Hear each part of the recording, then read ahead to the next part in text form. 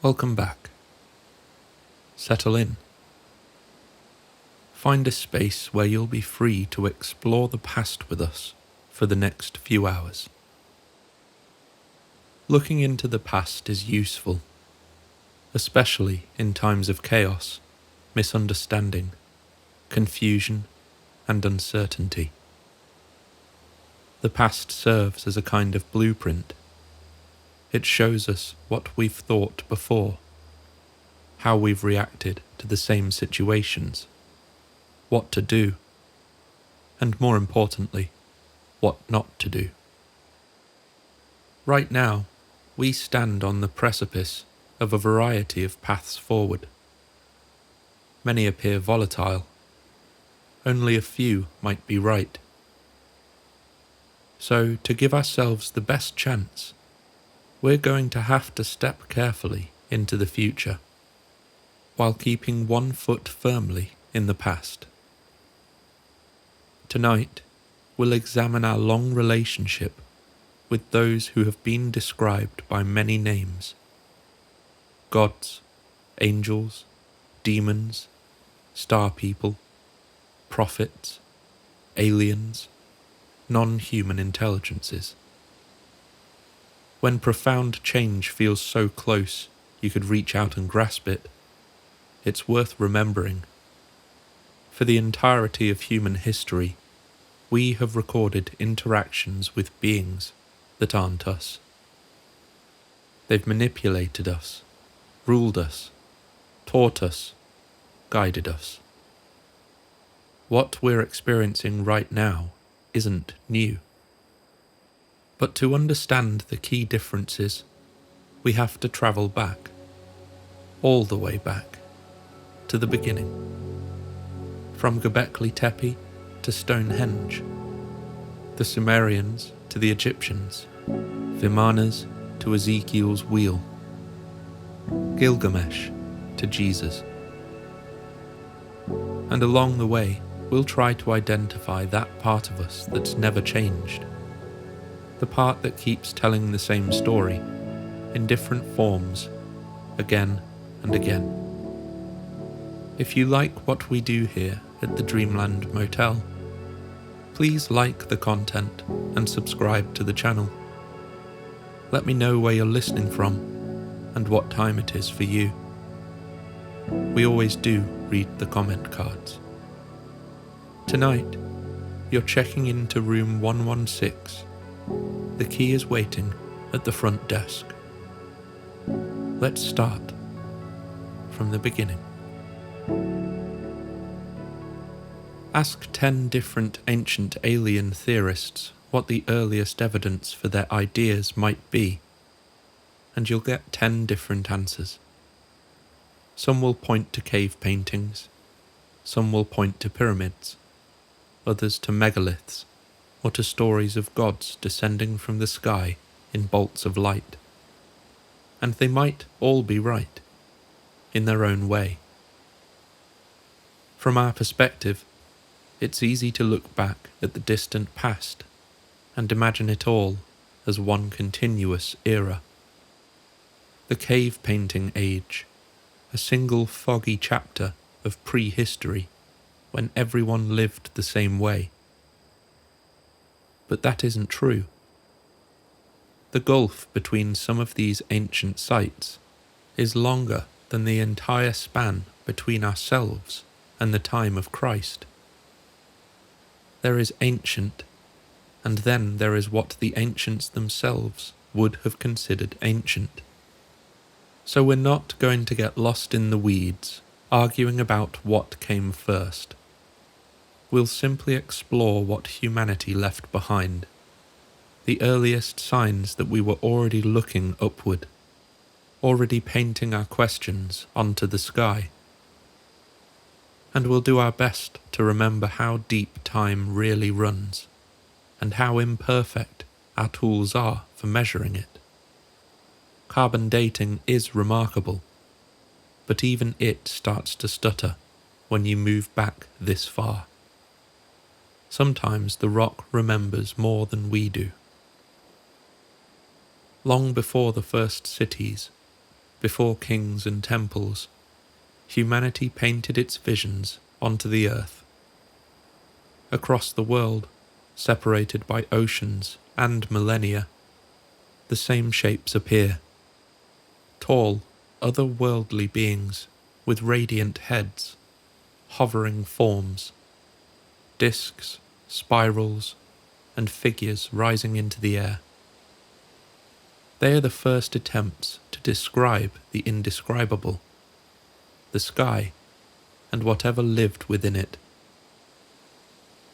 High up in the sandstone escarpments of the Kimberley region of northwestern Australia, thousands of ancient paintings shimmer faintly in the light.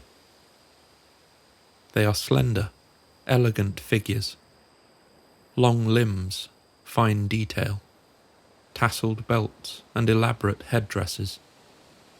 They move across the rock face as though caught mid-dance, arms outstretched, cloaks flowing behind them. These are the Guion, sometimes called the Bradshaw paintings, or in the languages of their custodians, Kiro or Guion. They are old, so old that no pigment remains. The minerals themselves have been replaced entirely by bacteria, a living varnish that preserved them like ghosts. Estimates vary, but the consensus is that they're at least 12,000 years old, possibly even twice that. They were already ancient when the first stones of Göbekli Tepe were being lifted on the other side of the world. No one knows who the artists were. Their descendants still live in the Kimberley, but even their stories reach back only so far. Some say the figures depict ancestral heroes, others, spirits half in and half out of this world. To an archaeologist, they show ceremony and movement, a culture of ritual and meaning. But to others, they seem like snapshots of something less earthly. Elongated, adorned beings frozen in a process of transformation, like dancers in the middle of becoming light. Perhaps that's exactly what they were, the first humans to see visions and believe they had met something beyond themselves. Whether through trance, ceremony, or encounter, the Guion are liminal figures, halfway between man and God. Thousands of years later, another kind of figure began to appear on those same cliffs, the Wandjina. Their faces are stark white, their eyes enormous and black, their heads ringed with radiating halos. They have no mouths. They stare out from the rock with a stillness that feels almost sentient. The various Aboriginal peoples living nearby say the Wandjina were sky beings, spirits of the clouds and rain. They descended to earth in what they call the dream time, shaped the landscape, and then lay down with it, entering the stone. Their images are not simply regarded as paintings, but presences. To keep them alive, each generation repaints the faces, refreshing the energy that sustains them. To Western eyes, they look startlingly like the grey aliens of modern folklore. Of course, they'll tell you the resemblance is purely coincidental, or perhaps archetypal. However you perceive them, the truth is these figures long predate our modern concept of extraterrestrials by thousands of years. Yet they share a striking motif: the silent communicator. According to Dreamtime lore, the Wandjina speak without mouths. They communicate directly through thought. That idea, mind-to-mind contact with beings from the sky, is one that will echo throughout the rest of human history. From prophets to mystics, from angels to abductees, the same pattern reappears. If it's a coincidence, it sure is a persistent one. When the wet season returns to the Kimberley and thunder rolls across the cliffs, the elders say the Wajinda are waking. And if you've ever stood in one of those rock shelters and felt the buzz in the air, you'll understand why that story never faded. On the other side of the world, deep in the forests of central India, another mystery lies painted on the stone. In 2014, archaeologists announced the discovery of 10,000-year-old cave art in the Bastar region of Chhattisgarh. The images show strange robed figures with oval heads and large round eyes. Beside them hover circular shapes, discs, saucers, call them what you will. Local villagers already had a story for these beings. They call them the Rohela, small people who came down from the sky in round craft and took villagers away, never to return. The similarities to modern abduction folklore are uncanny. Yet the art is 10 millennia old. The scientific explanation is modest. These may have been masks, ritual garments, or mythic beings drawn from early shamanic practice. All the buzzwords. But it's worth pausing on the coincidence. Across tens of thousands of years and thousands of kilometers, the same visual vocabulary emerges. Large radiant heads, circular craft, contact from above. In the Sahara Desert, the Tassili N'Ajjer Plateau hides thousands of rock paintings from around 8,000 years ago, when the region was green and full of life.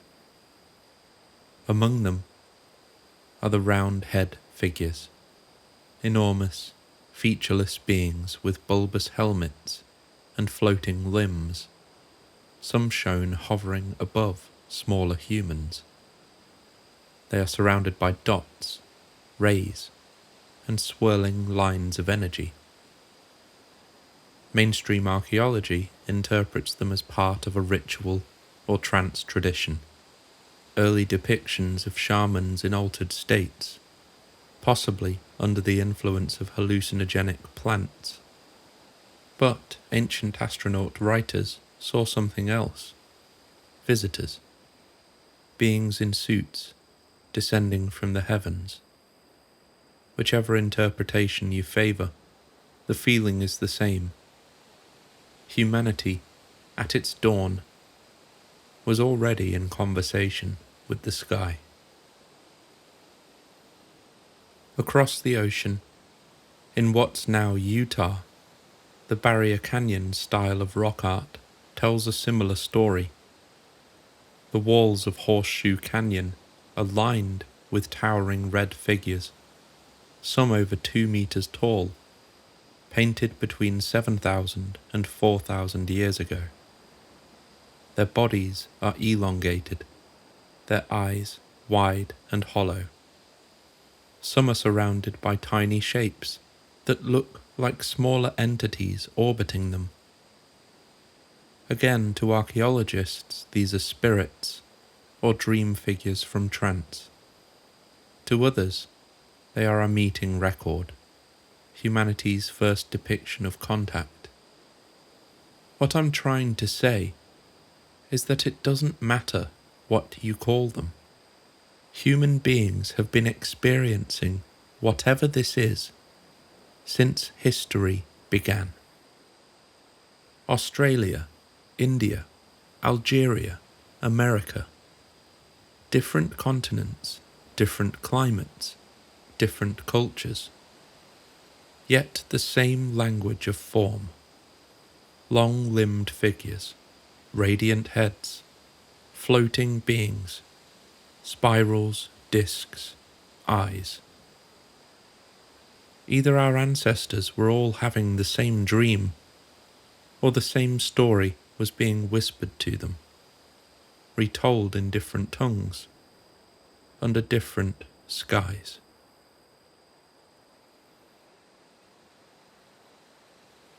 On a low hill in southeastern Turkey, half buried beneath the soil until the 1990s, lies Göbekli Tepe, the world's oldest known temple complex.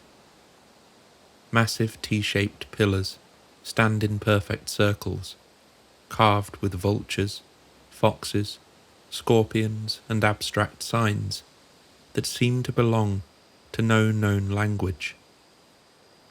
Each pillar weighs between 5 and 10 tons, the largest around 16 tons. They were raised when humans were still hunter-gatherers. This was before agriculture, before the wheel, before writing. By every conventional measure, Göbekli Tepe shouldn't exist. According to mainstream archaeologists, it's a ritual gathering site, perhaps a sanctuary for the spirits of the hunt. But others, like journalist Graham Hancock, see something deeper. The fingerprint of remembered instruction. He imagines a world shaken by catastrophe, the end of the Ice Age, a comet impact, survivors scattered across the planet, carrying fragments of a lost science. To Hancock, the builders of Göbekli Tepe were not inventing civilization, they were reconstructing it from memory.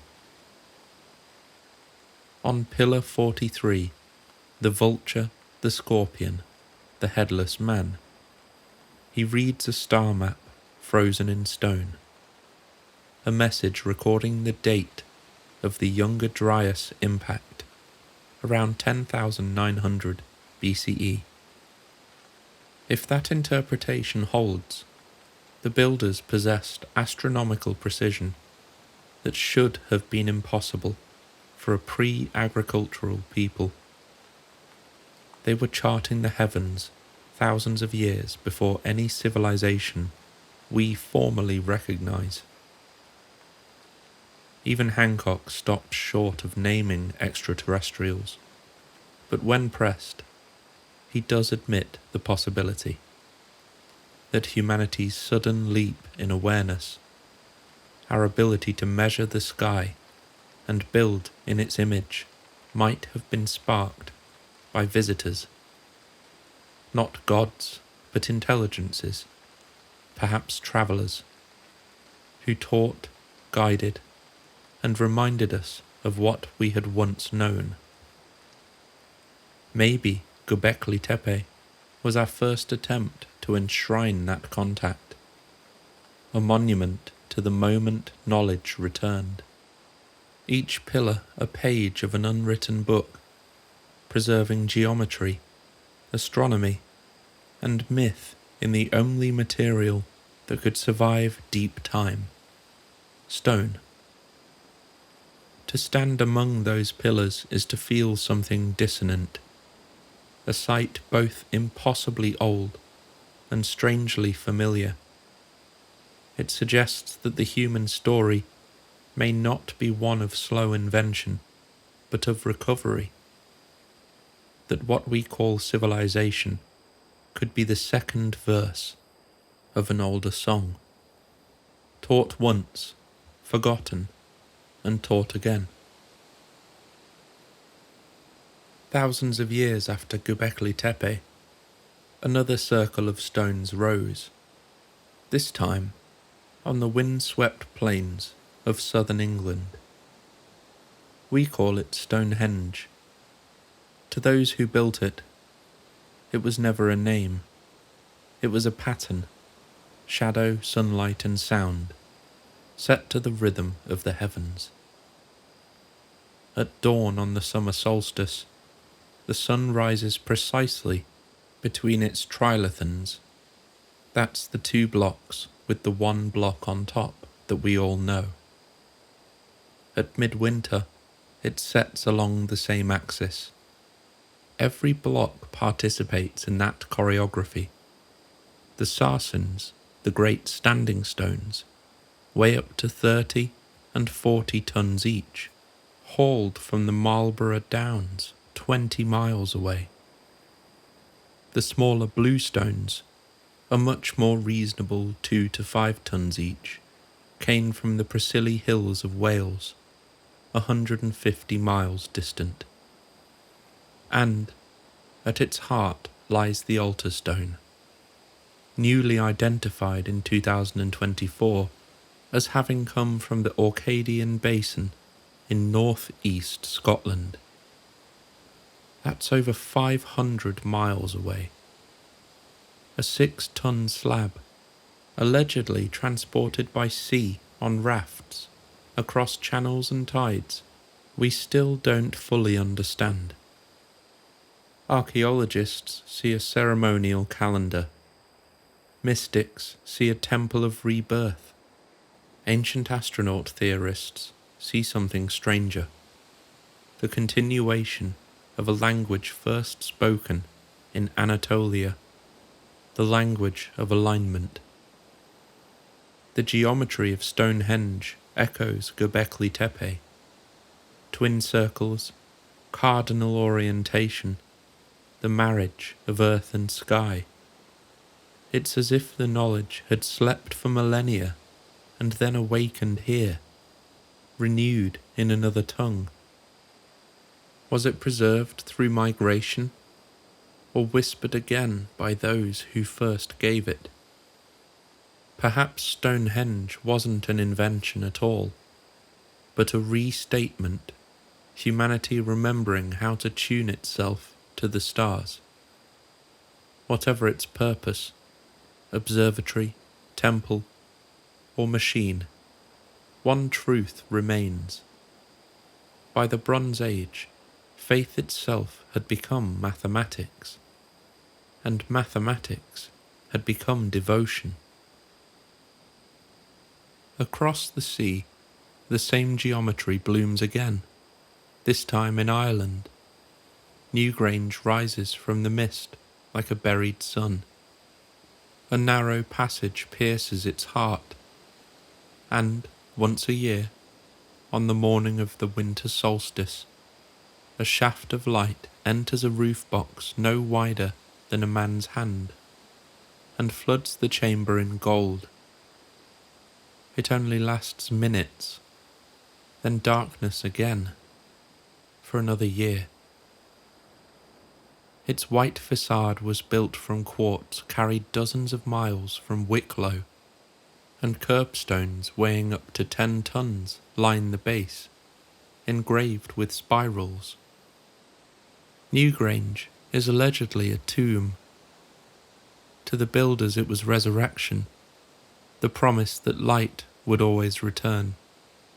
But perhaps Newgrange was engineered as a signal, a yearly pulse of illumination aimed at watching sky. And across the Atlantic, the Serpent Mound of Ohio winds its body for 1,300 feet along a ridge that tracks the solstices once again, and lunar standstills. Its coils terminate where the sun sets and is reborn. In the Americas, as in Europe, the same motif repeats.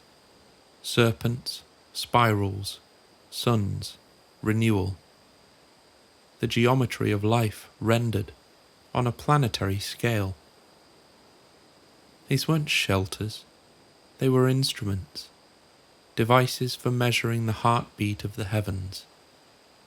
Whether those heavens were worshipped or communicated with depends on how literally you take the word prayer.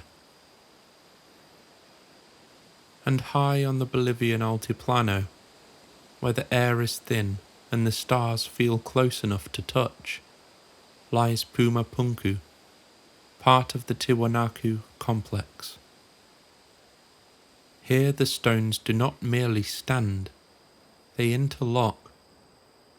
Perfect right angles, machined faces, drill holes that pierce the andesite with surgical precision.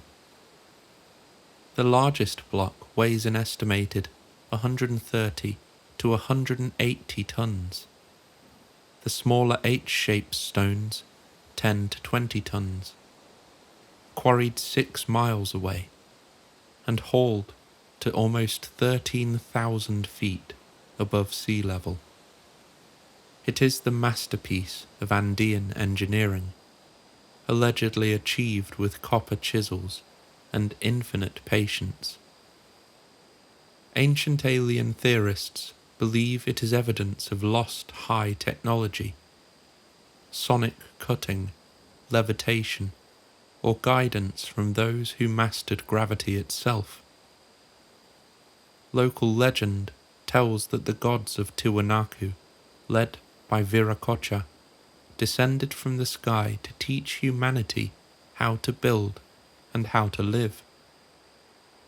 Viracocha's followers were tall, light-skinned beings who promised to return. Perhaps Puma Punku was raised in memory of those teachers. Perhaps the precision we can barely replicate today was not superstition, but adherence to a set of instructions older than civilization itself, a stone textbook written for the next generation of students to rediscover. Far out in the Pacific, on the lonely island of Rapa Nui, stands the Moai, nearly 900 silent faces gazing toward the stars, each carved from volcanic tuff, some weighing up to 82 tons, with an unfinished statue still embedded in the quarry at an impossible 270 tons. All were moved across miles of rough terrain, without wheels or draft animals. The Polynesians call them the Aringa Ora Otetupuna, the living faces of the ancestors. They watch over the island and its people, balancing the world of the living with the world beyond.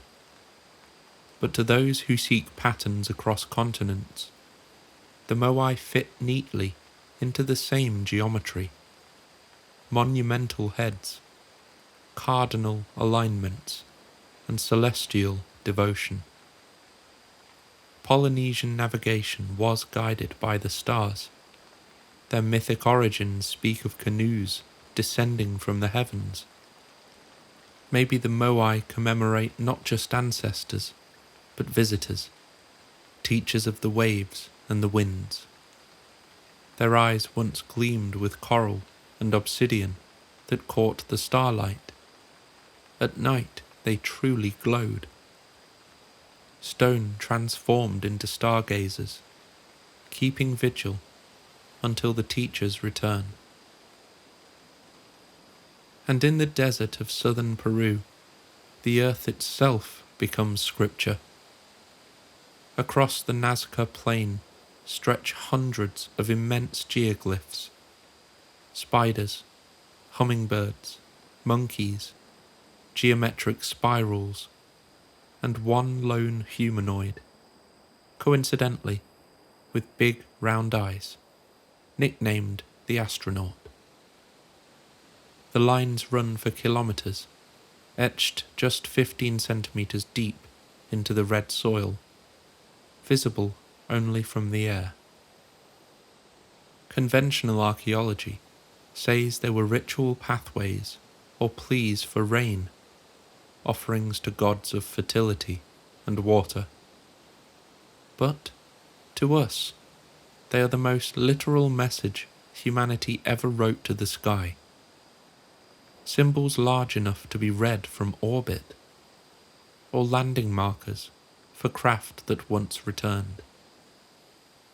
The desert here almost never rains.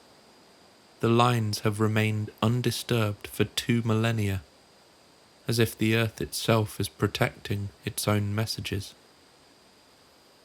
Whether the makers worshipped gods above or conversed with them at all hardly matters. The impulse is the same. From the first cave walls to the desert plateau, humanity kept writing to the heavens, refining its penmanship until the message could only be read from the stars themselves. The Nazca lines are that message, still legible after 2,000 years. We see you, we remember, and we are still listening. You'll no doubt have noticed the sense of scale running through this chapter. Stones weighing hundreds of tons, quarries hundreds of miles away, alignments with constellations so precise we still marvel at them today. Mainstream archaeology will tell you that life, when many of these sites were built, was anything but leisurely. These were not societies with spare time to dream of the stars. They were lives defined by survival, brutal climates, constant hunger, wounds that festered, winters that bit hard. Disease was common. Famine was never far away. There were no antibiotics, no storage, no second chances. To die young was normal. To live long enough to build something like Stonehenge or Göbekli Tepe was an act of endurance in itself. And so we face a choice. Either our understanding of these people is deeply wrong, that life was not as miserable or desperate as we imagine, or something else drove them. Something powerful enough to outweigh every instinct for comfort and self-preservation. Because to build these monuments would have cost lives. Not metaphorically, literally. Men crushed under stone, women carrying supplies across endless plains, children orphaned to the labour of faith. Why? Why was it so important to align stones with the stars? To mark the solstices with such absolute precision? Why move blocks weighing 40 tons across entire countries, sometimes half the world away? And how was the vision maintained over centuries, through generations who would never see the final result? Why did the type of stone matter so much? Quartz at Newgrange, bluestone at Stonehenge, andesite at Pumapunku.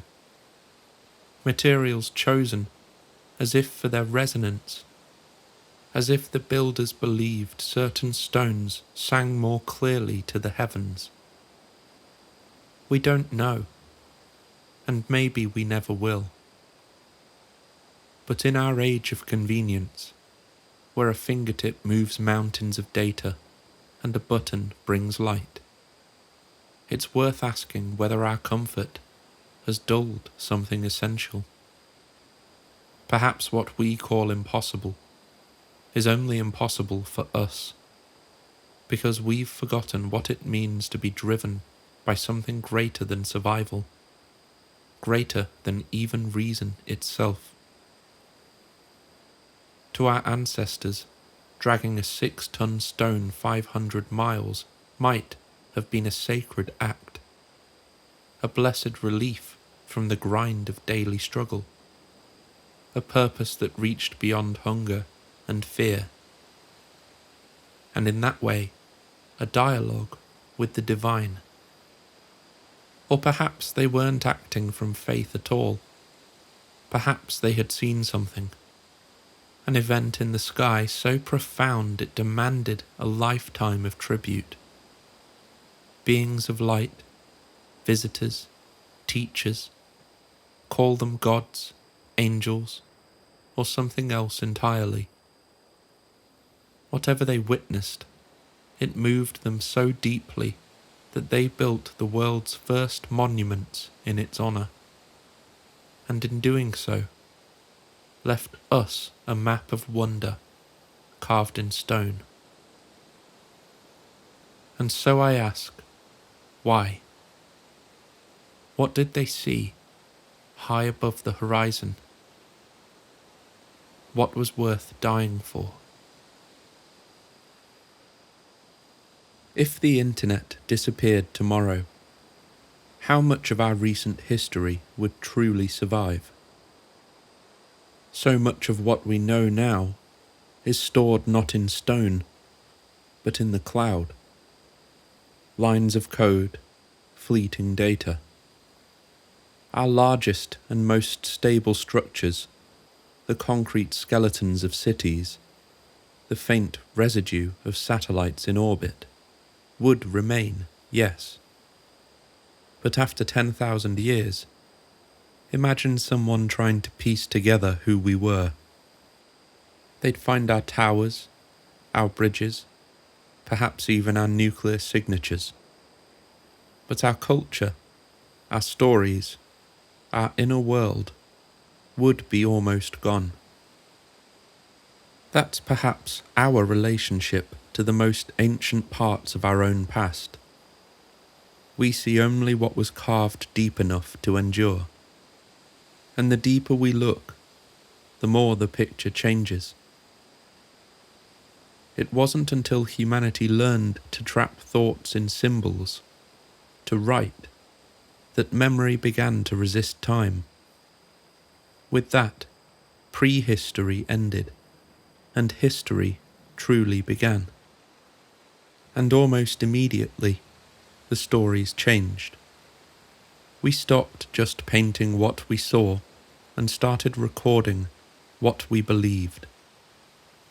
The first known civilization to write its own myths, to catalogue its gods and their origins, was born on the banks of the rivers Tigris and Euphrates, here in the fertile crescent of Mesopotamia.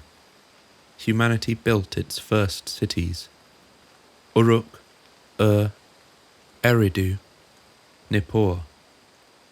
Each one a small reflection of the sky above, ordered, ruled, and inhabited by the gods. This is where our story turns from stone to clay, where the symbols start speaking out loud, where the gods finally introduce themselves by name. In the Sumerian worldview, kingship didn't evolve, it descended. The very first line of the Sumerian king list reads, "After kingship had descended from heaven, it was in Eridu." To them, civilization itself was a gift, not invented by man, but delivered from the sky. Their gods, the Anunnaki, were the great assembly, children of An, the sky, and Ki, the earth. They ruled from above, yet their presence was described as physical, direct, and sometimes dangerous. Each city had its patron deity, a governor of sorts, who managed its affairs like an administrator assigned to a territory. At the top sat Anu, the remote father of the heavens. Beneath him, Enlil, lord of air and authority, the one who spoke destinies and could bless or obliterate at will, and Enki, god of water, wisdom, and creation, who defied his brother Enlil to protect humanity from destruction. In the Sumerian imagination, these weren't abstract archetypes. They were real beings who interacted, argued, punished, and instructed. The relationship between gods and men wasn't spiritual. It was bureaucratic. The earth was a colony. The Anunnaki, literally those of royal seed, were said to have descended to establish order, assigning roles to humanity: farmers, builders, and scribes, to maintain their temples and serve their needs. But before that, they created the Igigi, who were tasked with that hard labour of digging canals and shaping the land. When they rebelled against this servitude, it was humans that were created to replace them. Let man bear the load of the gods, the text reads. Let man be their servant. In that act of creation, myth becomes something closer to memory. The gods shape humanity from clay, mixed with divine blood, a moment where biology and myth blur. And just like that, humanity is a hybrid, half earth, half heaven. So now you've heard the word Anunnaki, you're probably waiting for me to talk about Nibiru. Don't worry, that's coming. 1,000 years later, the Akkadians rose in the north, uniting the Sumerian city-states into the first true empire under Sargon of Akkad. They spoke a new tongue, Akkadian, a Semitic language, but wrote in the same wedge-shaped script the Sumerians invented. If right now you're wondering where you've heard the term Akkadian before, just watch Men in Black. The Akkadians didn't erase the old Sumerian myths. They translated them. Sumer's pantheon became theirs. An became Anu. Enki became Ea. Inanna became Ishtar. And Enlil remained Enlil. The divine bureaucracy intact, just under new management. For the first time, religion and politics fused completely. The king wasn't just chosen by the gods, he was the gods' representative on earth. Temples became observatories, priests became astronomers. The sky wasn't merely watched anymore, it was now administered. And yet, in all this order, one story stood apart. A story of a king who was more than human, who sought something the gods had denied. His name was Gilgamesh, a real king of Uruk, reigning around 2700 BCE. But his story outgrew him. The king list records him as 2/3 divine and 1/3 mortal. His mother, Ninsun, was a goddess. His father, Lugalbanda, a mortal hero, later deified. The Sumerians believed this to be a true account of lineage. Kingship had descended from heaven, and Gilgamesh was its purest vessel. He was said to tower above other men, radiant, restless, godlike, but burdened by mortality. In him, the fusion between heaven and earth was complete, and sadly unstable. He loved the gods, and defied them in equal measure. His story survives in clay, the Epic of Gilgamesh, pressed into tablets and buried in the library of Ashurbanipal, rediscovered thousands of years later. In it, Gilgamesh journeys to the edges of the world to find Utnapishtim, the immortal survivor of the Great Flood. He seeks the secret of eternal life, the right to return to the heavens his blood remembers. Along the way, he meets Enkidu, a wild man shaped from clay by the gods, a being grown, not born. Enkidu is humanity's mirror, innocent, powerful, and artificial. Together, they confront divine creatures, climb sacred mountains, and finally, when Enkidu dies, Gilgamesh realizes what every hybrid must, that immortality is earned, not inherited. I looked at the walls of Uruk, he says at the end of the tale, and they shone like copper. This, too, is my immortality. Scholars see in Gilgamesh the dawn of literature, a meditation on death. But for others, his very existence is evidence of an ancient truth, that the first kings were not entirely human, that they were bred or chosen as mediators between the heavens and the earth, the original go-betweens, the first generation of humanity's divine collaborators. So now let's talk about Nibiru. It first appeared much later. The Babylonians inherited these myths and codified them. They made Marduk, the city god of Babylon, supreme among the Anunnaki. It was during this period that a single word, Nibiru, began to appear in the star catalogues. This was a word later twisted into myth. I love the story of Nibiru, but in the interest of trying to find the truth, in my opinion, Nibiru appears to be nothing more than a misunderstanding and science fiction. In its true context, Nibiru meant the crossing, a celestial marker used to track planetary motion, most often Jupiter, sometimes Mercury. It was also a word for a ferry or river crossing, linked to Marduk's passage through the sky.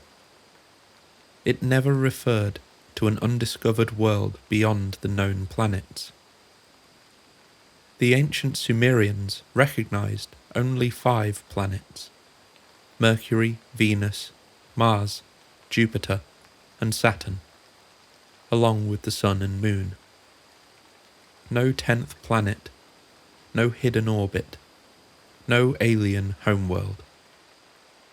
It wasn't until the 1970s that Zecharia Sitchin reimagined Nibiru as a rogue planet inhabited by the Anunnaki. Travellers who came to Earth to mine gold and create humanity as their workforce. It's a compelling story, but ultimately clearly built on misinterpretation and mistranslation. To be clear, I'm not saying there might not be something to the Anunnaki and the origins of humanity, but it's important to filter out the obvious mistruths in search of the right path forward. The Babylonians refined everything their predecessors had begun. They turned observation into astronomy, worship into mathematics, and myth into system. The great ziggurats rose, aligning to the heavens with geometric precision. Temples became stairways for the gods. The clay tablets became libraries, silent, unblinking memories of everything the sky had taught. And it's here, within the oldest written words on earth, we find the same pattern that runs through all our stories. The gods came from above. They gave knowledge. They shaped humanity. And they left. While the clay tablets of Mesopotamia were being pressed into form, thousands of miles east, across deserts and mountains, another civilization was already thriving. It left no pyramids, no hymns to the gods, and yet what remains of it is staggering. A civilization as old as Sumer, as intricate as Egypt, and almost entirely silent. Between 3300 and 1300 BCE, the Indus Valley, known today as the Harappan civilization, stretched across what is now Pakistan and northwest India.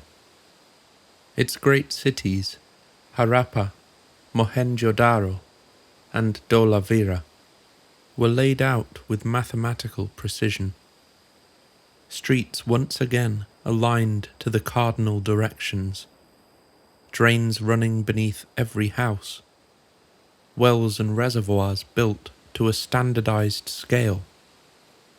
Each brick was also identical in ratio, as though stamped by a single unseen blueprint. Weights, seals, even the size of their storage jars, all standardized. These were the first whispers of industrial order. To walk their ruins is to feel that same strangeness we felt back at Göbekli Tepe and Stonehenge, a sense of coordination beyond what history likes to admit. Their engineers mastered metallurgy, working copper, bronze, lead and tin. Their masons raised public baths, granaries and docks. And their builders seemed to have understood hydrology centuries before Rome existed. The most famous structure, the Great Bath of Mohenjo-daro, still gleams under the sun. Its waterproof brickwork, its symmetry, and its precision all testify to a mind that prized order. Some see this as proof of outside instruction, ancient teachers, maybe, whispering design into human thought. Others see a civilization so inwardly disciplined that it reinvented the very idea of planning from scratch. Whichever you believe, the Harappans built like people who understood the language of flow, water, trade, and perhaps something cosmic. The Indus people never left us a Rosetta Stone. Their script, a series of small pictographs carved into seals and tokens, remains undeciphered to this day. But even without the translations, patterns do emerge. One seal from the Mohenjo-daro shows a horned figure seated in yogic posture, surrounded by animals. The so-called Proto-Shiva, or Pashupati seal, a deity whose power extends over beasts, sky, and fertility. Another depicts a divine figure flanked by two stars, a motif nearly identical to Mesopotamian carvings, where a star symbol marks divinity. It's worth noting that these two civilizations were separated by 3,500 kilometers. They carved serpents, trees, and cosmic symbols, all recurring shapes that echo across the world's first religions. a snake goddess figurine, arms extended, cobras rising beneath her head, a horned deity, guardian of the threshold, fertility, transformation, renewal, but always tied to the heavens. Even in silence, the Harappan's architecture speaks. Their cities are aligned so precisely to north-south and east-west that they must have used some kind of astronomical sighting device. A stick casting a shadow, a simple gnomon, an early dialogue between sky and earth. Across the sea, their contemporaries in Mesopotamia were raising ziggurats, mountain temples aligned to the same celestial axes. At Durantash and the towers match lunar and solar risings to within 1 degree. Both cultures separated by vast distance, built as though the stars were a grid laid down by the gods themselves. And certain symbols appear again and again. In Sumer, in Akkad, and now in the Indus. The serpent, the star, the winged form. In Mesopotamia, the god Ningjasida coiled in serpent form around the axis of heaven, the keeper of gateways between realms. In the Indus, the serpent goddess held the same dominion, fertility, protection, and renewal. Again, 2 cultures, 2 expressions of the same archetype. Even the winged sun, found in later Assyrian and Persian art, may have distant roots here. Perhaps a symbolic chariot of light, or maybe even a craft. Both the Mesopotamians and the Indus people looked upward in recognition. To them, the stars were not cold. They were inhabited, alive and aware. Every alignment, every seal, every ritual, a conversation carried out to bridge the gap across the void. And though the Indus Valley left us no hymns, no recorded myths, its geometry speaks the same language as the Sumerian clay. Order, measure, and above all else, reverence. The worship of a system so vast, it could only be called divine. When the Indus civilization faded, around 1300 BCE, it left behind no palaces, not a single named king, only the map of a mind that understood the connection between people and the stars. If Mesopotamia gave the gods names and voices, the Indus gave them their form, quiet, symmetrical, and enduring, the work of hands that remembered the patterns of heaven and pressed it again into clay. I can't sit here and realistically make the case that all of this is solid evidence of ancient aliens. I'm not an archaeologist, a historian, or a scholar of ancient languages. What I am is curious, and I like to think respectful. Because whichever way you look at it, these civilizations were astonishingly sophisticated. Smart people, not unlike you or I. I don't have a comprehensive understanding of mathematics, and it's unlikely that the average citizen did back then either. But rest assured, those people existed. The thinkers, the builders, the astronomers. If the knowledge that built their cities and mapped their heavens wasn't gifted by visitors from the stars, then they built it all from nothing. Every measurement, every pattern, learned through slow conversation between the human mind and the world around it. Everything we do in the 2020s is an iteration of something older, a development, or an echo. Rarely, if ever, do we truly have to start from zero. We can trace the lineage of our knowledge directly back to these people. Yes, there are gaps, wide, mysterious gaps. But the point is this: somewhere in that darkness, something changed. Ancient humans became modern humans. Our hands didn't change. Our brains didn't grow overnight. But something sparked. And what was the catalyst? The honest answer is, I don't know.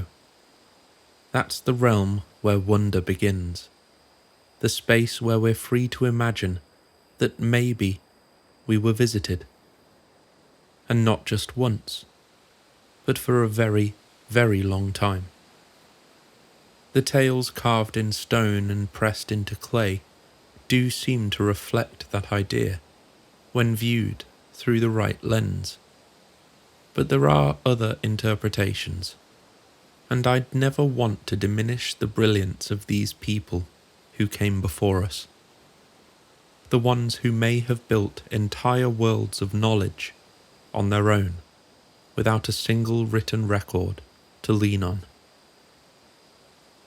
So while we're free to wonder about our origins, to imagine ancient teachers, lost worlds, or visitors from beyond the sky, let's reserve some reverence for our ancestors, just in case we're wrong. Because the truth is, they were no different to you and I. Same hands, same hope, same eyes looking up at the same stars. And maybe that's all it's ever been. The universe staring back through us.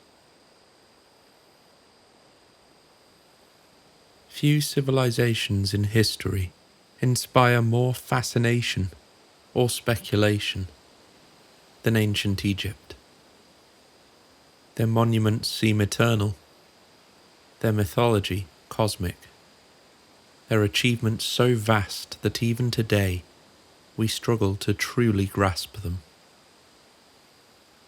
For over 3,000 years, Egypt was one of the most stable and enduring societies on Earth.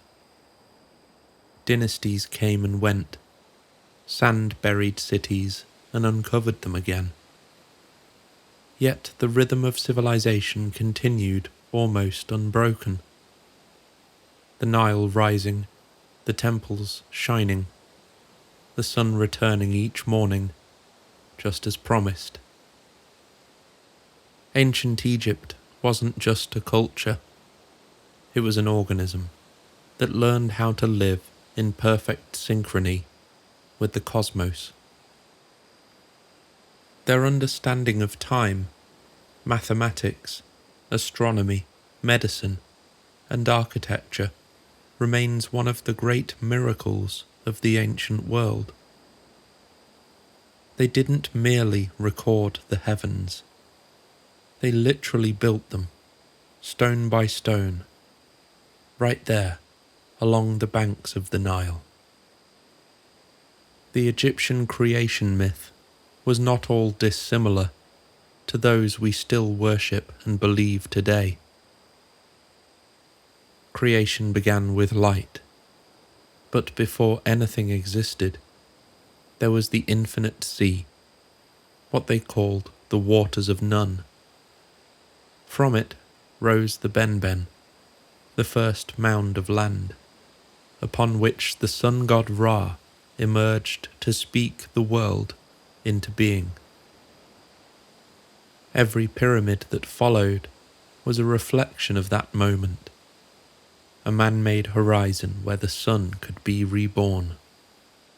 And so the pyramid was more than a tomb. It was a physical metaphor for creation, a frozen sunrise sculpted into permanence. In fact, another name for the capstones found atop pyramids is the Benben stone. And within those vast forms, the pharaoh would ascend. When a king died, he didn't just pass on, he rose. The pyramid texts carved into the walls of the burial chambers describe his soul climbing ladders of light, crossing the heavens, joining the imperishable stars. They're both prayers and instructions, coordinates for a journey beyond the world.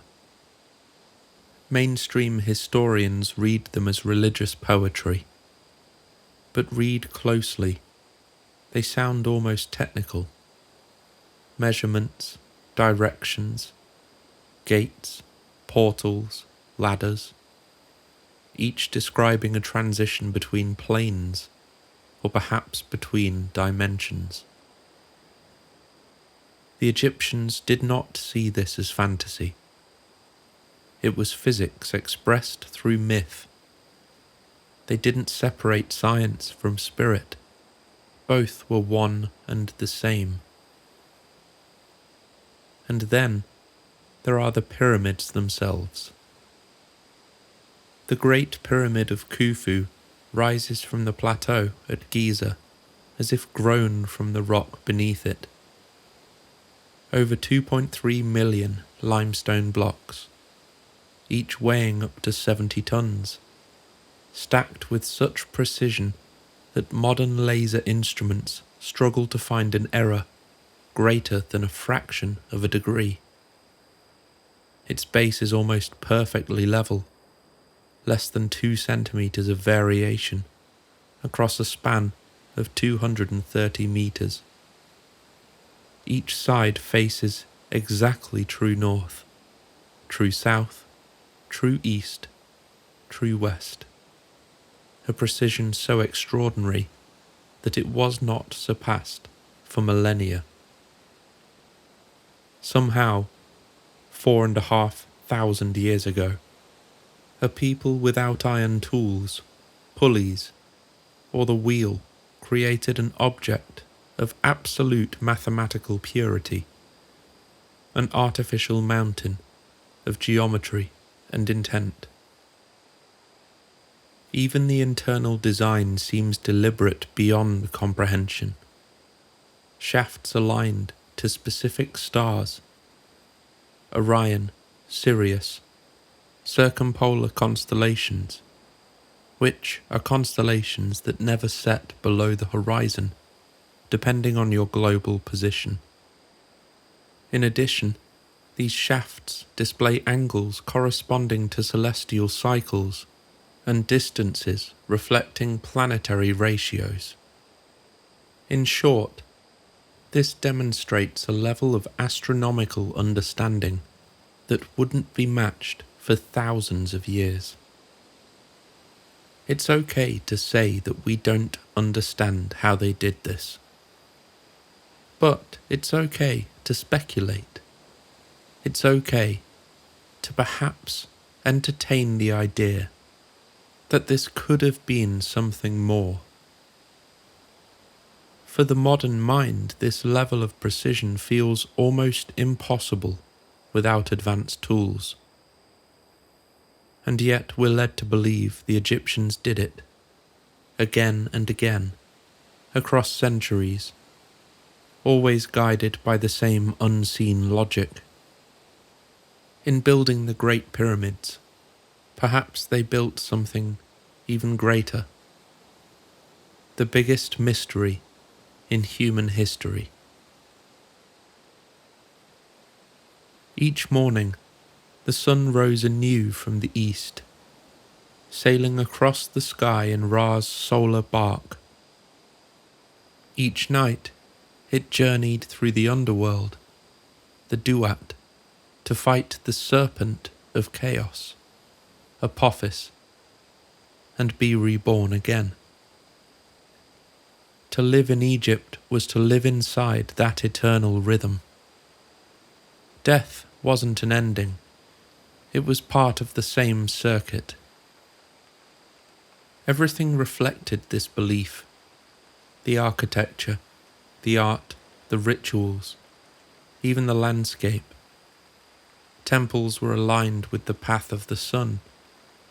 Tombs point west toward the setting light. Each pyramid mirrored the sacred journey: descent, battle, rebirth. And as above, so below. The stars became gods, the gods became geometry, and the geometry became stone. It's no wonder that modern researchers often describe the Giza Plateau as a celestial map, a reflection of the heavens projected onto the earth. If the stars were the language of the gods, then Egypt truly was their translator. The deeper you look, the stranger it all becomes. The precision of the stone cutting, the impossible tightness of the joints, granite carved so smoothly it appears machined. How? Copper chisels, pounding stones, sledges, and thousands of men working for decades. Is that the best conventional archaeology has to offer?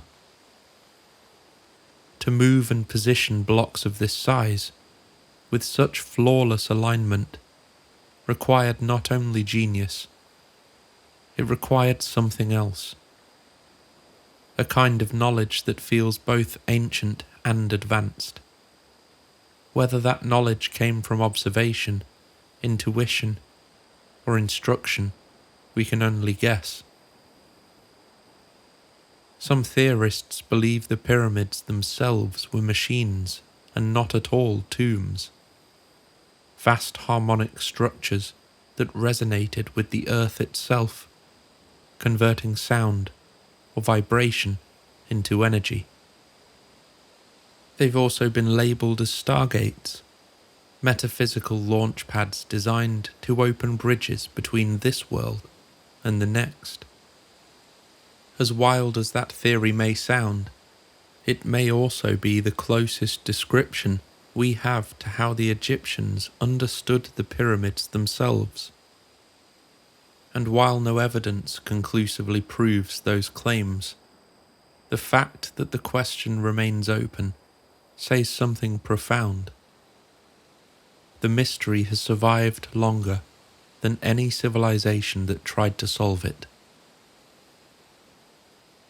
In recent years, ground-penetrating radar and satellite imaging have revealed hints of hollow spaces beneath the Giza Plateau, structures that may in fact dwarf the pyramids themselves.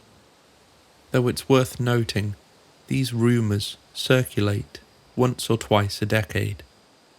For example, I remember the suggestion of the existence of a Hall of Records, a mythic archive said to hold humanity's earliest knowledge. No one can say for certain. Egyptian officials deny any major discoveries. Yet rumours persist.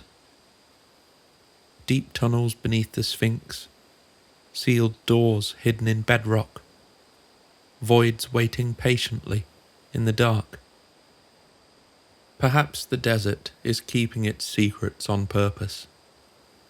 After all, Egypt has always been a land of thresholds, between life and death, earth and sky, mortal and divine.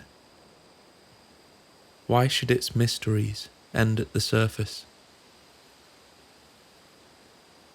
In Egypt, kingship wasn't inherited from the heavens, It was the heavens. Each pharaoh ruled as a living Horus, and upon death became Osiris, god of resurrection. The crown didn't just pass from father to son, it passed from life to afterlife and back again. This was divine continuity, an unbroken relay between the world of men and the world beyond. When you look closely, you can see the same thread that ran through Sumer and Babylon, the same story told in a different tongue. Kingship descending from the sky, knowledge bestowed, structures raised to bridge that gap. The Egyptians simply perfected what others had begun, the art of remembering the gods. Egypt's story still surprises us, year after year. New discoveries, new theories, new mysteries rising from the sand. Its majesty even captivates those with no interest in ancient aliens. And there's a very good reason for that. It captures our imagination because, however the pyramids were built, they appear to be the manifestation of an imagination that refused to be tempered. A demonstration that humans can become superhuman when will, vision, and determination move together in harmony. I'm still baffled by what the pyramids mean. I'm not convinced they were built strictly as tombs. And honestly, I'd like to see even the wilder theories tested. Not because I believe them all, but because we owe it to our own history to explore every possibility. The pyramids are one of the most significant sites on this planet, maybe the most significant, and we still understand so little about them. Even the sensational claims about hidden structures beneath the plateau shouldn't be dismissed outright. They should be met with fascination, not ridicule. Because it's that fascination, that willingness to wonder, that drives us forward. Not the comfort of dogma, not the assumption that we already understand everything. Curiosity is the spark that built those stones. And maybe it's the same spark that will help us uncover the truth that surrounds them. Involvement with non-human intelligence isn't just embedded in the mountains of ancient civilizations.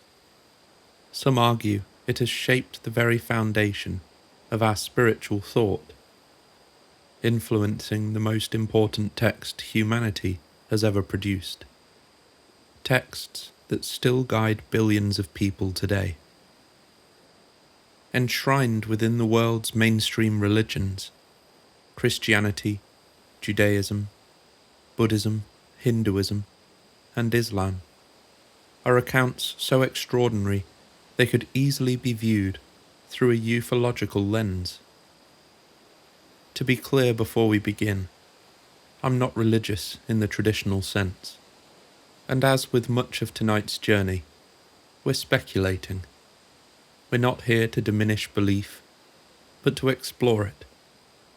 To understand these stories in a way that might make them more accessible to those who seek to connect ancient faith with modern mystery. This part of our journey begins with a storm over the plains of Babylon. The prophet Ezekiel looks to the sky and sees something extraordinary. A great cloud with flashing fire and brilliant light all around it. From the centre came the likeness of 4 living creatures. Each had 4 faces and 4 wings. Beside each creature was a wheel within a wheel, and the spirit of the living creatures was in the wheels. To the faithful, this was the Merkava, the divine chariot of God. But to others, the language is almost technological. Wheels that move in all directions, lights that flash and whirl, a radiant machine guided by an unseen intelligence. In the original Hebrew, Ezekiel describes the sound of the craft as the roar of rushing waters, not unlike the roar of modern jet propulsion. He says it rose from the earth, and that the glory of the Lord departed upward. Whether that's divine transport or aerial phenomenon depends on how you look at it. But one thing is certain. Ezekiel witnessed something luminous, mechanical, and alive. It's one of the earliest recorded instances of contact through light and motion, a theme we'll see repeated again and again across the world's religions. A few centuries later, another text, one excluded from the Bible, would expand on the idea of beings descended from the sky. The Book of Enoch. It tells of the Watchers, heavenly beings who came down to earth and lived among humanity. They taught us language, agriculture, medicine, and metallurgy, the very building blocks of civilization. But they also overstepped their boundaries. They took human wives, and their children became the Nephilim, giants, heroes, beings of extraordinary power. For this they were punished, bound beneath the mountains until the end of time. The message is clear. Knowledge from the heavens is not to be given freely. And yet, the story also reads like something else. An ancient record of intervention, where beings from above imparted technology, altered our biology, and changed our course forever. Even in traditional theology, the Watcher's fall represents contact gone wrong, a moment when heaven's light touched earth and left a scar. In a ufological sense, it's one of the oldest tales of extraterrestrial ethics, one we've encountered already several times tonight. The idea that not all who visit mean harm, but that even the well-intentioned can disrupt the natural order. And half a world away, in the Indian subcontinent, the Vedas and epics of Hindu tradition describe the skies filled with chariots of light, the Vimanas.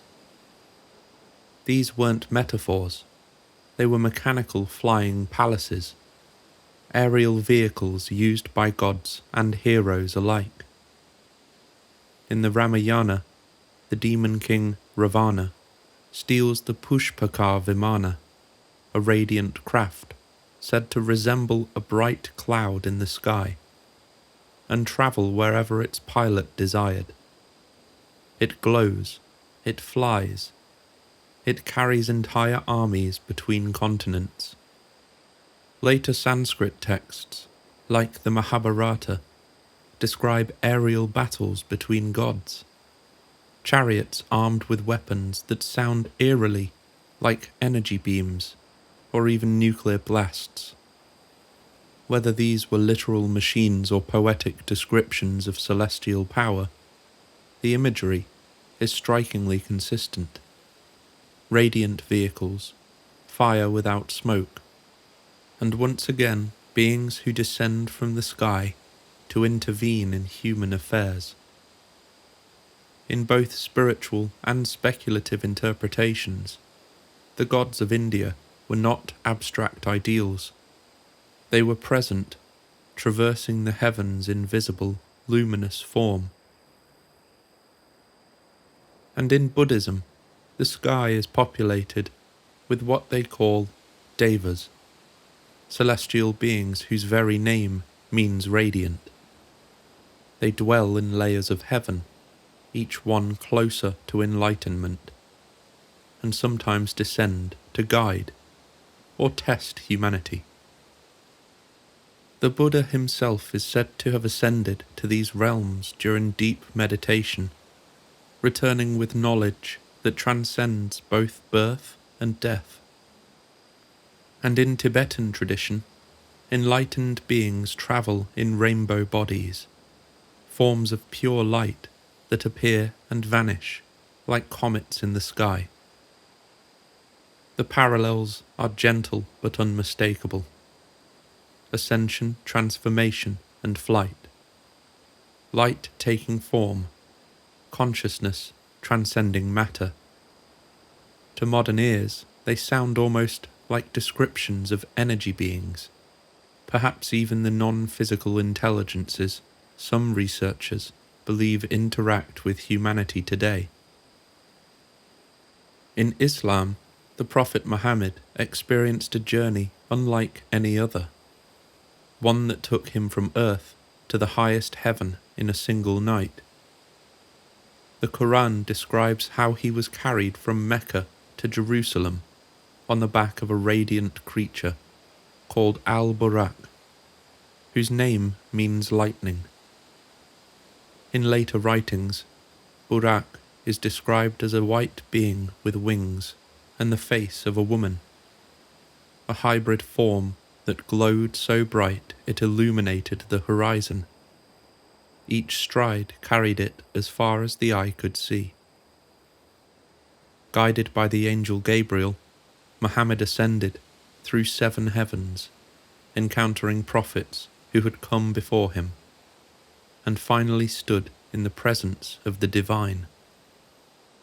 Whichever way you look at it, this was a miraculous journey of spirit, of travel beyond space and time, a radiant transport ferrying a chosen emissary between realms.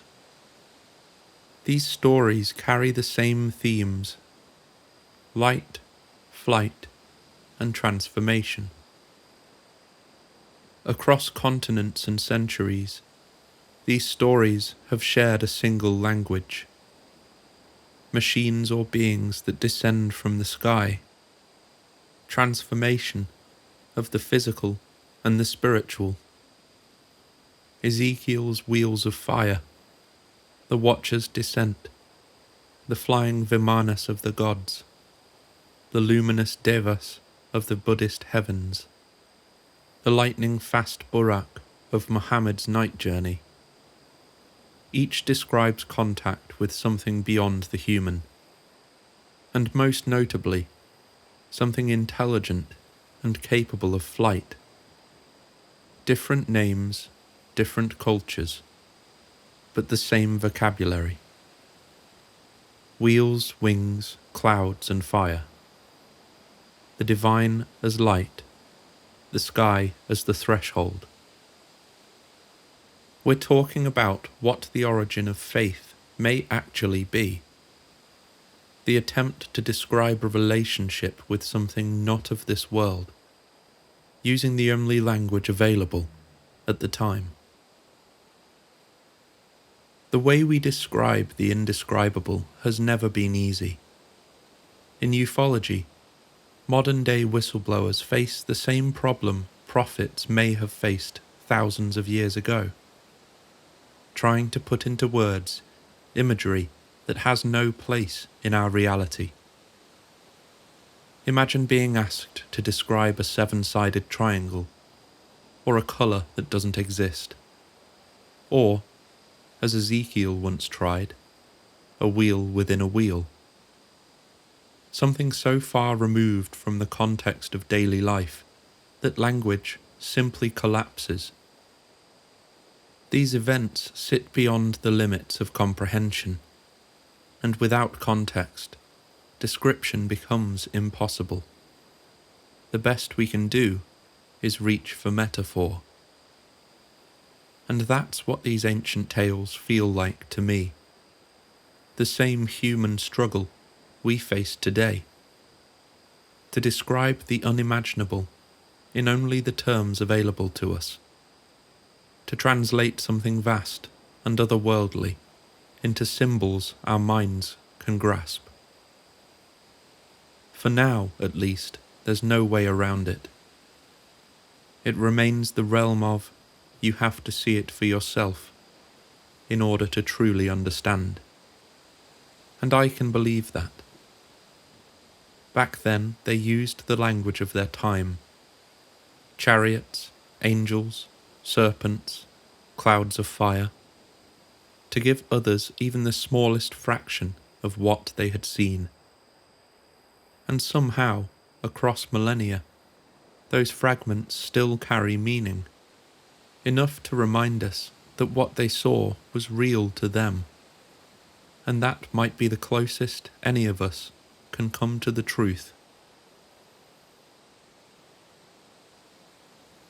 We've already spoken about Gilgamesh tonight, the ancient king who was said to be 2/3 divine and 1/3 human. He stands as one of the first bridges between the mortal and the celestial. But where he differs from the prophets of our long-standing religions is in purpose. Gilgamesh sought knowledge. The prophets, on the other hand, came to give it. If we entertain the idea that these messengers were not entirely terrestrial in nature, that they too might have been part of some long-running relationship between humankind and something else from the stars, then what we call prophecy could just as easily be communication, and what we call miracle perhaps was simply misunderstood technology. Long before Christ, and long after the builders of the pyramids, a mysterious figure began to appear in Egyptian and Greek texts. Hermes Trismegistus, the thrice great.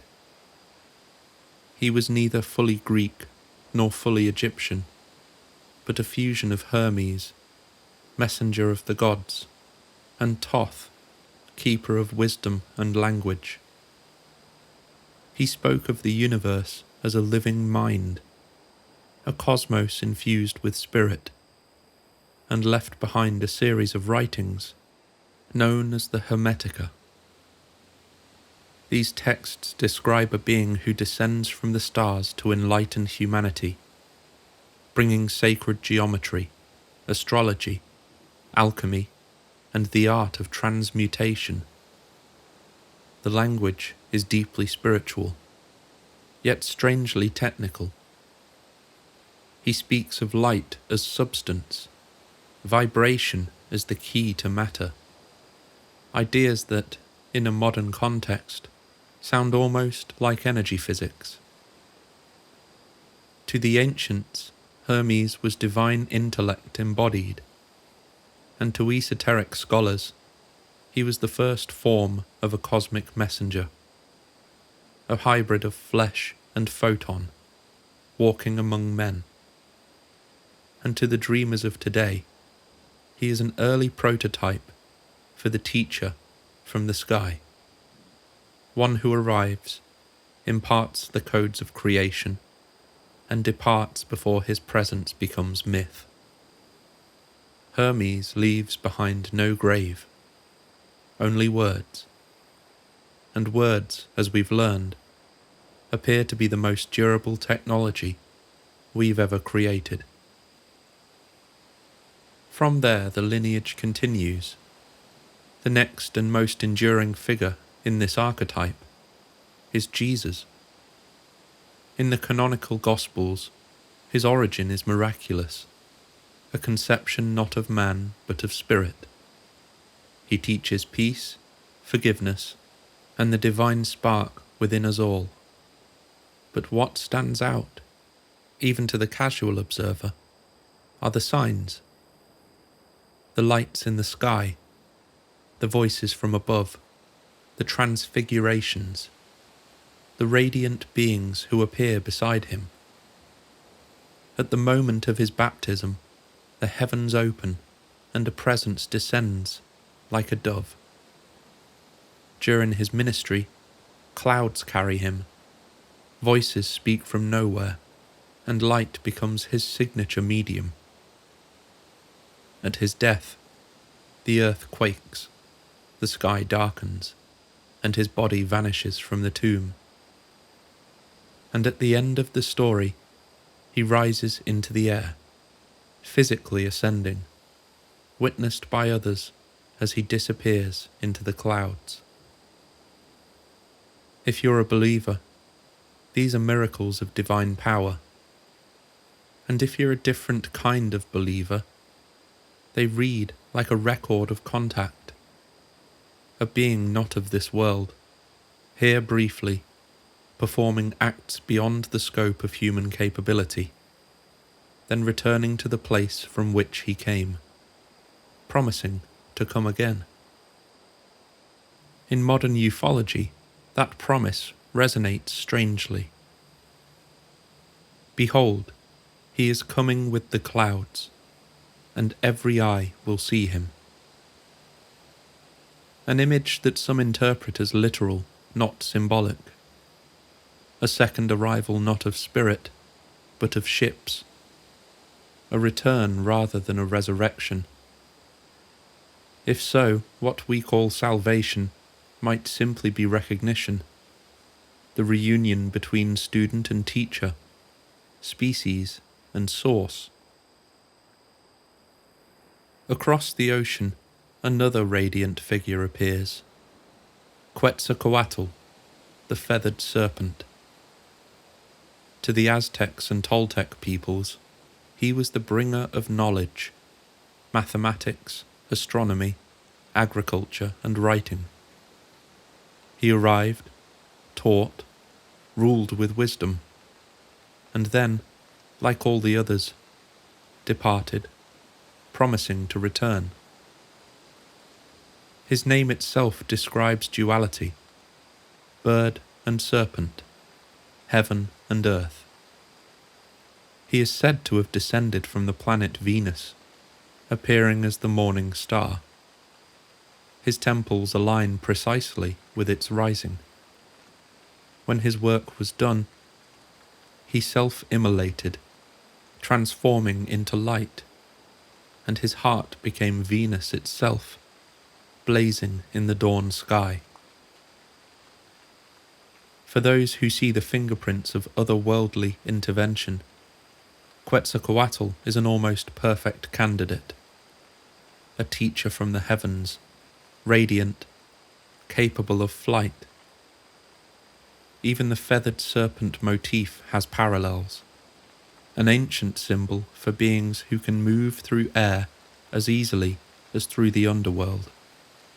A poetic way of describing control over both atmosphere and energy. The civilizations he touched believed they were visited by gods, but perhaps they were simply visited by the same intelligence, wearing a different mask. Across Central and South America, from the Maya to the Inca, the same pattern unfolds, beings from the heavens teaching, building, and vanishing.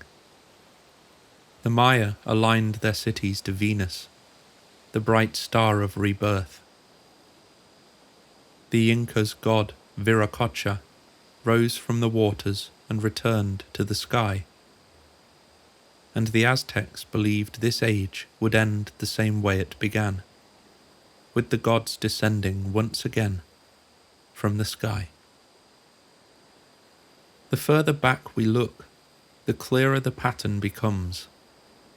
Each era, each continent, gives us the same story in different dressings.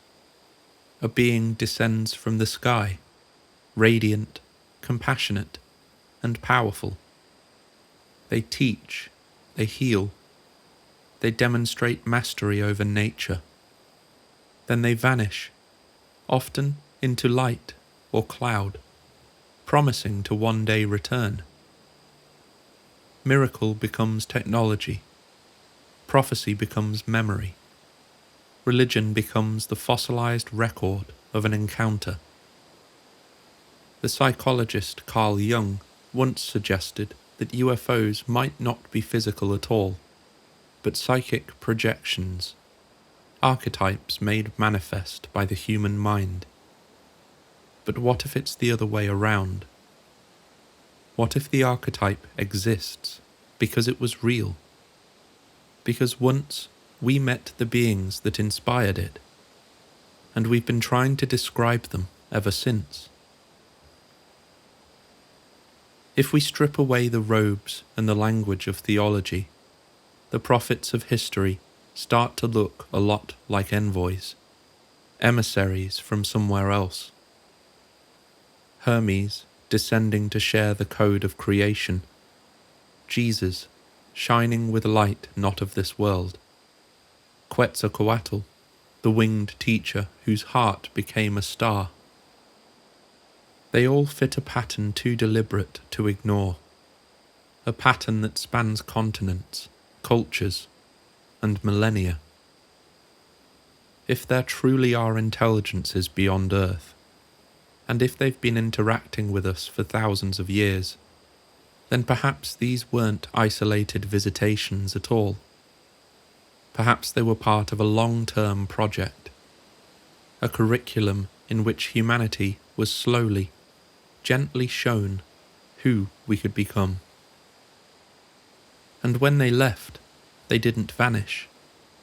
They left behind blueprints, stories, symbols, teachings, to remind us that we're not alone, that light has always been speaking to us, and that one day, when the light returns, we might finally understand what it was trying to say. Not all of humanity's stories about the heavens were carved in stone. Some were whispered, softly enough to survive the centuries. Unlike the great empires whose languages vanished beneath their own ruins, some cultures carried their histories not in books or monuments, but in memory. Stories told by firelight, by mothers to daughters, fathers to sons, across countless generations. And somehow, those stories, the ones about the star people, never faded.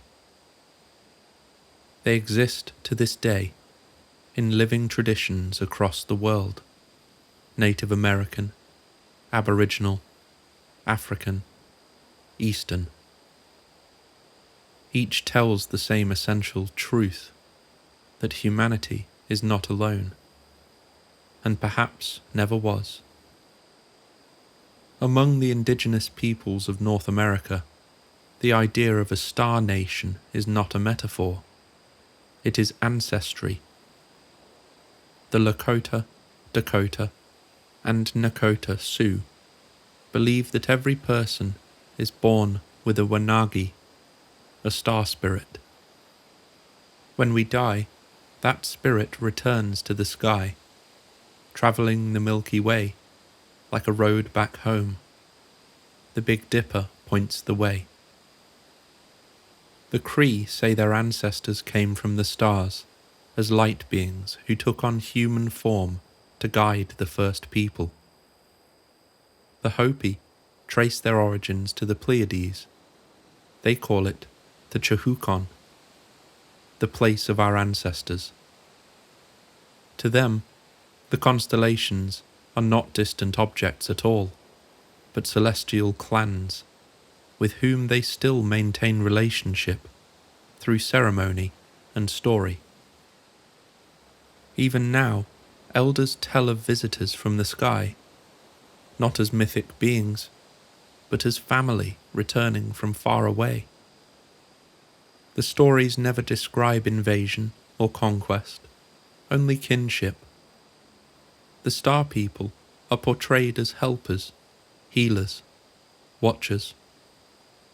They come and go in rhythm with the sky, just as their human descendants once followed the seasons.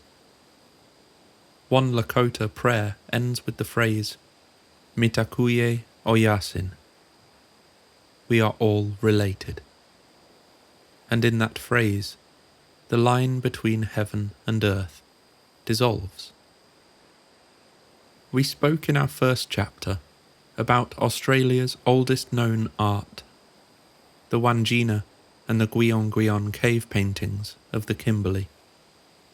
But the remarkable thing is that the beliefs surrounding them still exist.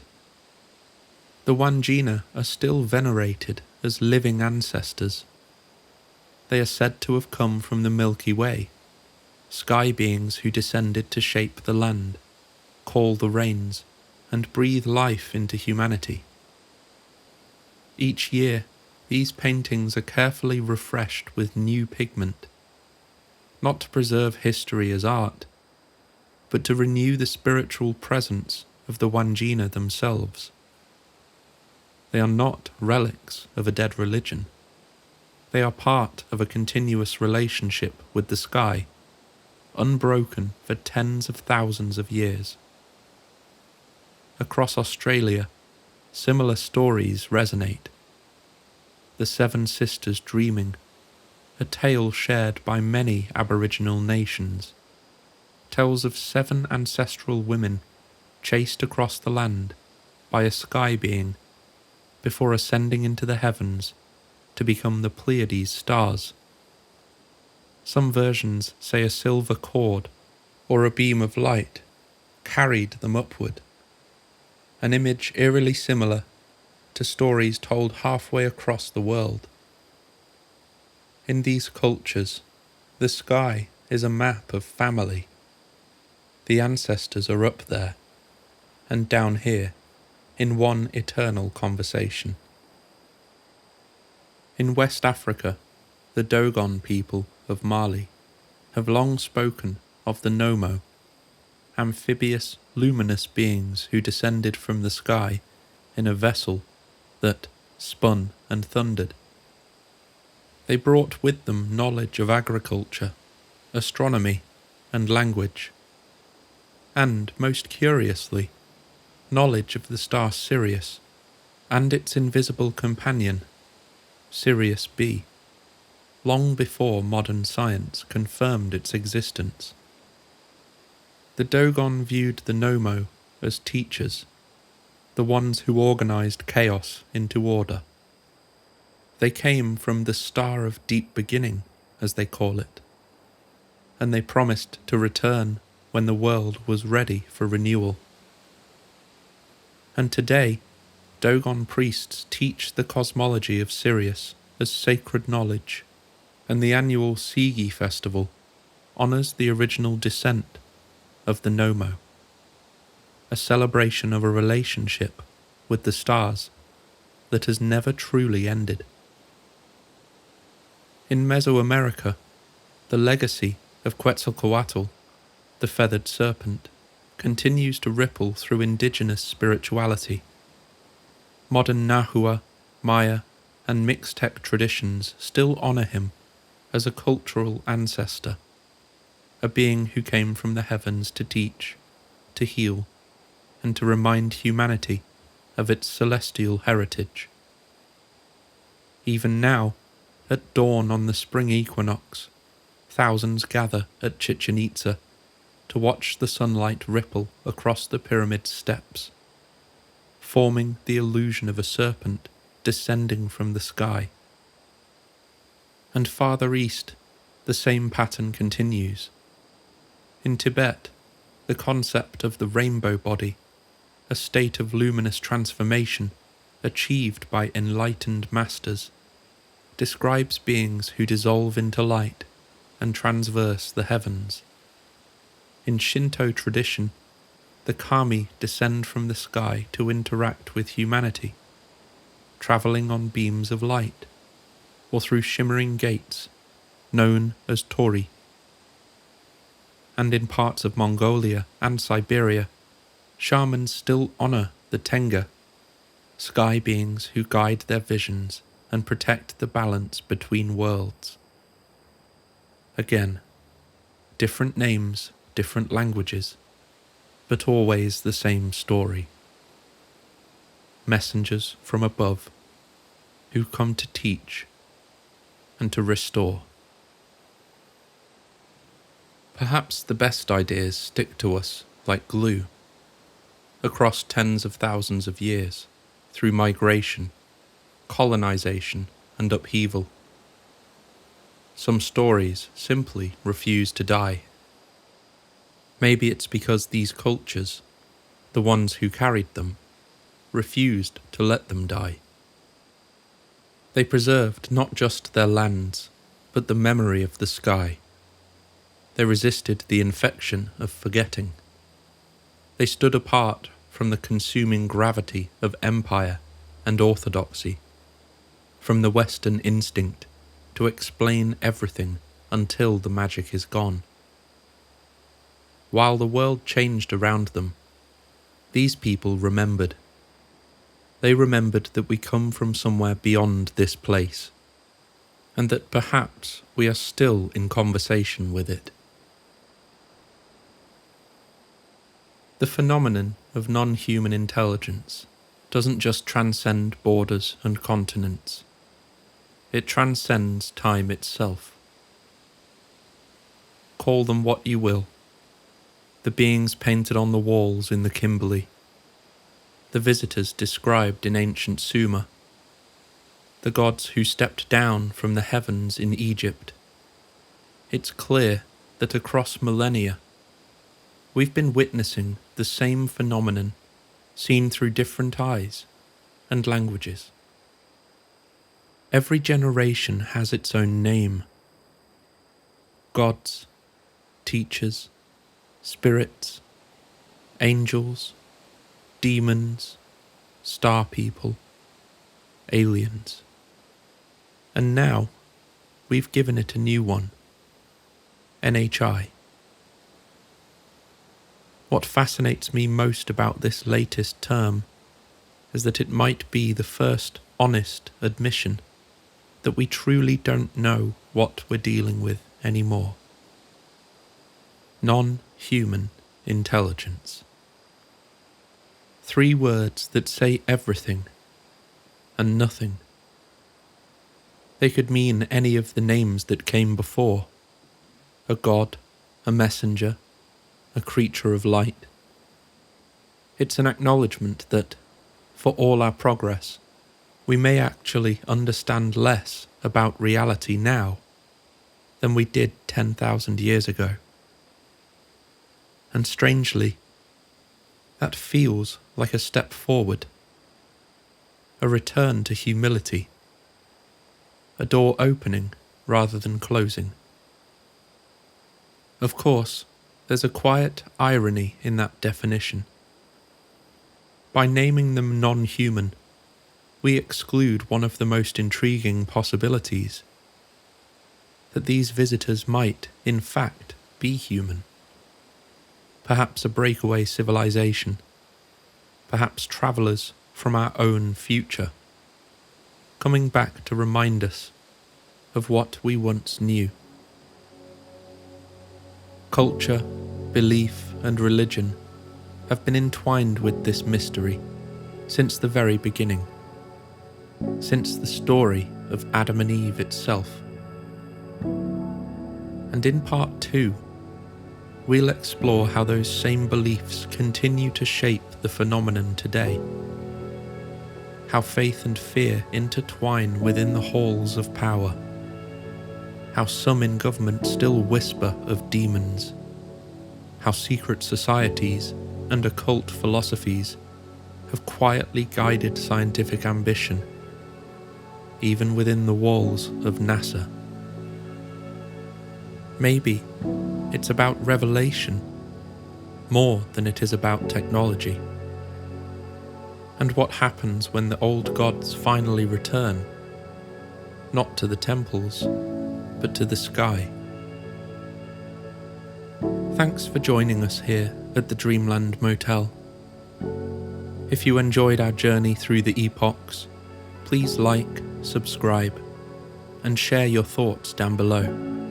I'd genuinely love to hear them.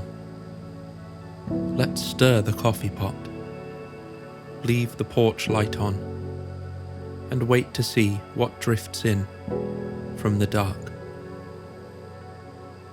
Good night, traveller.